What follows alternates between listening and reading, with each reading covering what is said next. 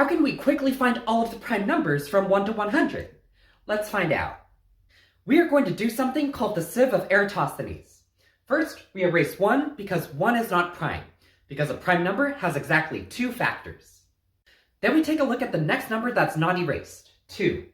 2 is prime, so we erase all of the other multiples of 2 because we know they cannot be prime. And then we continue this.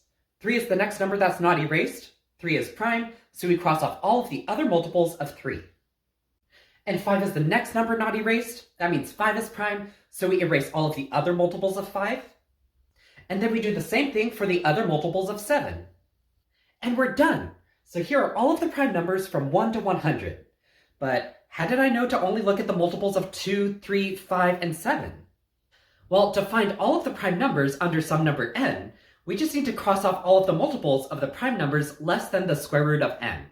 So in our case, for 100, the square root of 100 is 10, so we just need to cross off all of the multiples of 2, 3, 5, and 7.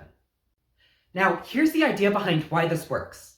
We could think of the square root of 100 as the balancing point, where when we think of two numbers that multiply to 100, one is always going to be less than or equal to 10, and the other number is going to be greater than or equal to 10.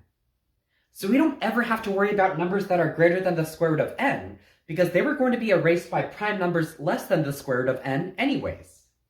And notice that we're looking for prime numbers less than the square root of n, not less than or equal to the square root of n, because we are looking for prime numbers less than n, and all numbers less than n have a balancing point less than the square root of n. So there you have it. There's a quick way of finding all of the prime numbers under a certain number by hand.